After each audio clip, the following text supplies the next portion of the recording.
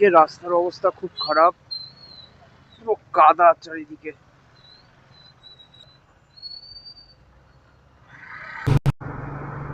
এই দিকটা মনে হচ্ছে সকালের দিকে বৃষ্টি ভালো হয়েছে, কারণ হচ্ছে আমাদের ওদিকটা যখন আসলাম শ্রীরামপুর থেকে কোনো রকম রাস্তা প্রায় শুকনোই ছিল।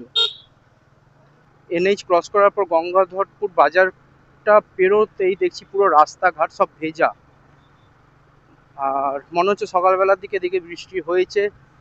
আজকেও বাঁকুড়ার দিকে হালকা বৃষ্টি হওয়ার চান্স রয়েছে। এখন দেখা যাক, সব ওপারওয়ালার ওপর। ঠিক এরকমই 15ই আগস্টে আমরা একবার বোলপুরে প্রচণ্ড বৃষ্টি, আমি আর সাহিল প্রায় 2 ঘন্টা আটকে ছিলাম। তো ঠাকুর করুক এইবার আর সেই পরিস্থিতিতে না দাঁড়াতে হয়। অনেক কাটা ছেঁড়া করে অনেক কিছু করে আমরা বেরিয়েছি। অলরেডি জানো আমাদের একটা বড় ক্ষতি হয়ে গেছিল, যেটা হচ্ছে সাহিলের আগের গাড়িটা চুরি হয়ে গেছিল। এই গাড়িটা পরবর্তীকালে ও কিনে এক প্ল্যান পুরোপুরি আমাদের ক্যান্সেলই প্রায় হয়ে গেছিল, কিন্তু ঠাকুরের আশীর্বাদে, মহাদেবের আশীর্বাদে যা আবার হচ্ছে।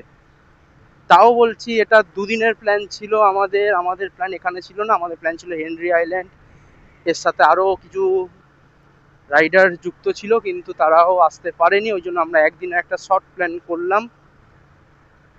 রাস্তা বেশ ভালো, চালিয়ে মজা লাগছে।